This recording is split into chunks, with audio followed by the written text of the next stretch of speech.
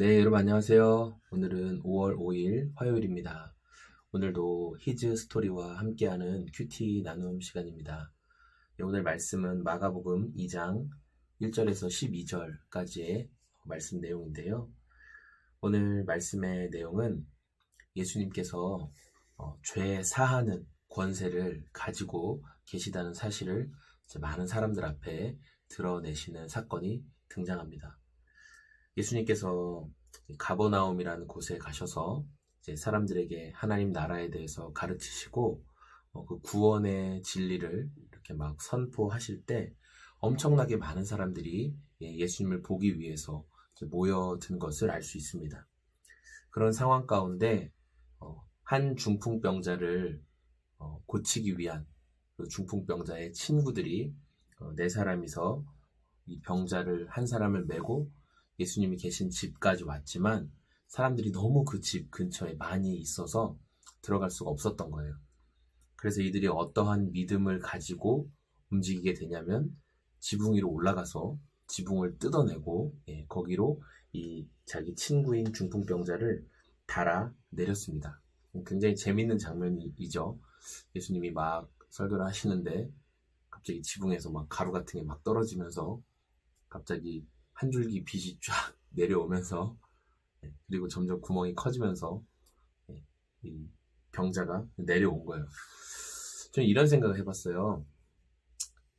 우리가 되게 중요한 얘기를 하는데 우리 막 그런 거 싫어하잖아. 말 끊는 거. 아, 너 왜 말을 끊고 그래? 막 그런 거. 예수님께서 지금 굉장히 중요한 말씀을 하고 계시는데 예수님이 농담 따먹게 하진 않으셨을 거잖아요. 그런 상황에 갑자기 지붕이 막 뜯어지면서 사람이 내려와요. 그러니까 예수님이 중요한 말씀을 하실 수 없겠죠. 하시던 말씀을 멈추고 구광경을 딱 쳐다보시고 했을 거예요. 그런데 성경에 보면 예수님이 그런 이런 믿음의 행동을 할 사람들을 보시고 너희가 참 무례하구나. 너희가 해서는 안 될 짓을 했구나. 이렇게 그들의 행동을 책망하거나 꾸짖지 않으신다라는 것을 좀 먼저는 보게 됐어요. 그러니까 예수께서 내 사랑하는 친구를 반드시 고쳐주실 것이다 라는 믿음을 가지고 나아왔던 이 친구들의 조금 과해 보이는 행동. 예수님 말씀 다 전하시고 나올 때까지 기다릴 수 있잖아요. 근데 기다릴 수 없다라는 거예요. 지금 이 친구를 어떻게든 빨리 예수님 앞에 보여드려야 한다라는 예수님의 권능에 대한 어떤 확고한 믿음을 가지고 행동한 이 친구들과 그리고 자기를 예수님께 달아내릴 때 거부하지 않고 그 믿음의 흐름에 함께 동참했던 이 중풍병자에게 예수님은 치료의 은혜를 베풀어 주시는 것을 볼 수 있어요. 믿음으로 나아간 자들을 향한 예수님의 격려, 예수님의 돌보아 주심을 볼 수 있는 것이죠. 그런데 특징적인 것은 이 예수님께서 병자를 치료해 주실 때 그래 너 병 나았다 이렇게 금방 아주 쉽게 말씀하시면 되는 문제인데 아픈 친구를 어깨에 메고 데려올 때 이 사람들이 원하는 것은 다른 게 아니잖아요. 우리가 예수님께 기도 제목을 가지고 나아갈 때 그 기도의 제목이 굉장히 단순하잖아요. 뭐 어떤 나의 문제 해결, 어떤 상황의 어려움에 직면했을 때 그것이 좀 선한 방향으로 열릴 수 있도록 풀어질 수 있도록 우리는 이런 기도를 많이 하잖아요. 그런데 예수님께서 지금 이 중풍병자에게 하시는 메시지, 이제 지붕도 뜯어내고 이제 예수님이 뭐 나 일어나라, 뭐 소자야, 뭐 네 병에서 나음을 받아라 이 말만 기다리고 있는데 예수님께서 하시는 말씀이 뭐였냐면은 작은 자야 내 죄사함을 받았느니라.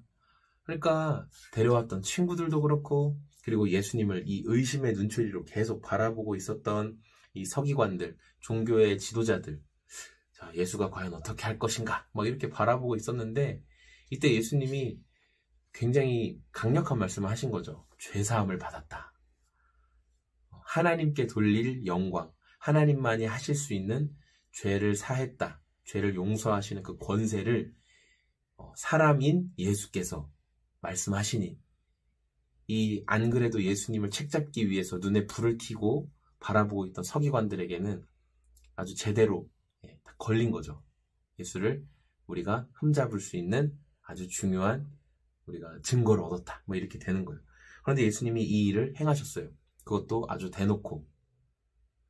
우리가 다 원하는 게 있어요. 예수님 앞에 나아가면 나는 예수님이 이 부분에 대해서 해결을 말씀해 주셨으면 좋겠어.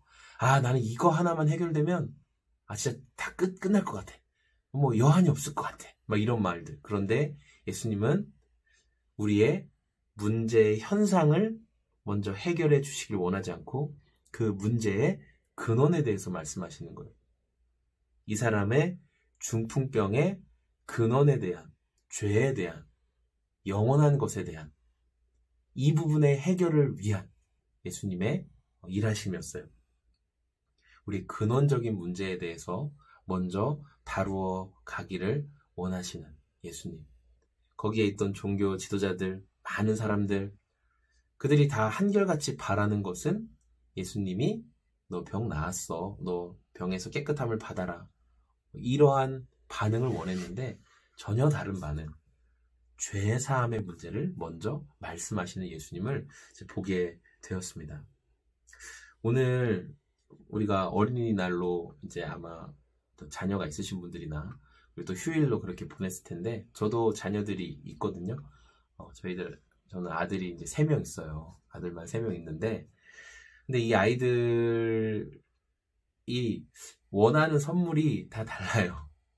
그런데 부모는 여러 가지를 고려하죠. 아이들은 난 이것만 있으면 될 것 같아요. 아빠, 전 이걸 사주세요. 전 이게 갖고 싶어요. 그런데 부모는 그 선물이 필요한 줄도 알고 뭐 어떻게 쓰이면 좋을 줄도 알지만 단순히 원한다고 다 해주지 않죠. 여러 가지를 고려하고 정말 중요하고 필요하다 싶으면 그때 그것을 이렇게 알맞게 해주는, 고려하는.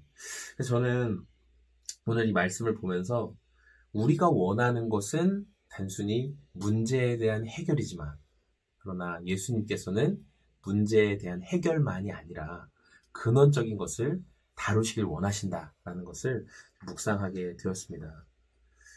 오늘 저와 여러분이 또 하루를 마무리하고 또 하루를 정리하면서 과연 예수님께서 내 안에 근원적으로 다루길 원하시는 게 무엇일까? 우리가 이런 기도, 이런 질문, 우리가 끊임없이 현상에 대해서만 예수님 앞에 나아가 말씀드렸다면 오늘은 그 현상이 아니라 좀 더 나의 이런 문제의 태도가 나타나게 된 근원적인 이유가 뭘까?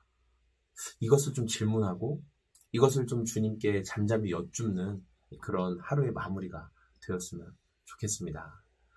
네, 여러분 감사합니다. 저는 청주시 서원대학교 옆에 위치한 소금 제작소를 섬기고 있고 지금은 넥스트 미니스트리와 함께 큐티 나눔 사역을 하고 있는 소금 제작소의 공장장이었습니다. 오늘도 주님 안에서 아름답게 하루 잘 마무리하시고 내일 기쁨으로 또 하루 시작하시기를 기대하고 소망합니다. 감사합니다.